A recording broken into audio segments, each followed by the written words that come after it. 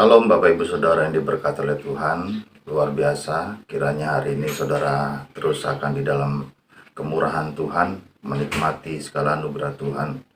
Dan saat ini kita akan belajar tentang bagaimana Roh Kudus itu bekerja dalam hidup kita. Nah, Roh Kudus bekerja dalam hidup kita sebenarnya itu sederhana. Alkitab menjelaskan bahwa perbuatan-perbuatan kita lah yang menunjukkan bahwa karya Roh Kudus itu bekerja dalam hidup kita.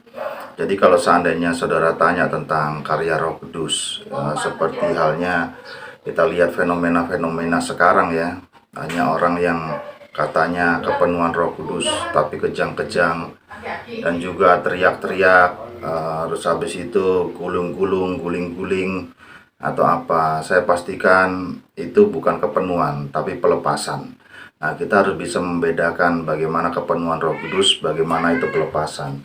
Karena simpel saja, perbuatan Roh Kudus itu bekerja dalam hidup kita sehingga kita itu melakukan hal-hal yang luar biasa. Kita lihat bagaimana Saul pada waktu dia kepenuhan, dia itu memuji dan memuliakan nama Tuhan.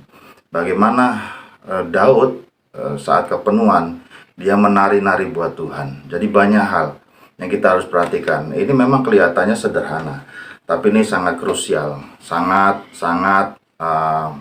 menentukan bagaimana pemahaman kita tentang kuasa Roh Kudus bekerja.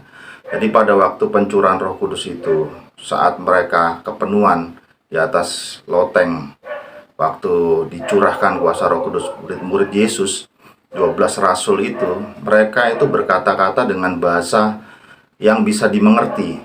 Ada bahasa Persia, Media, Mesir, bahasa apapun.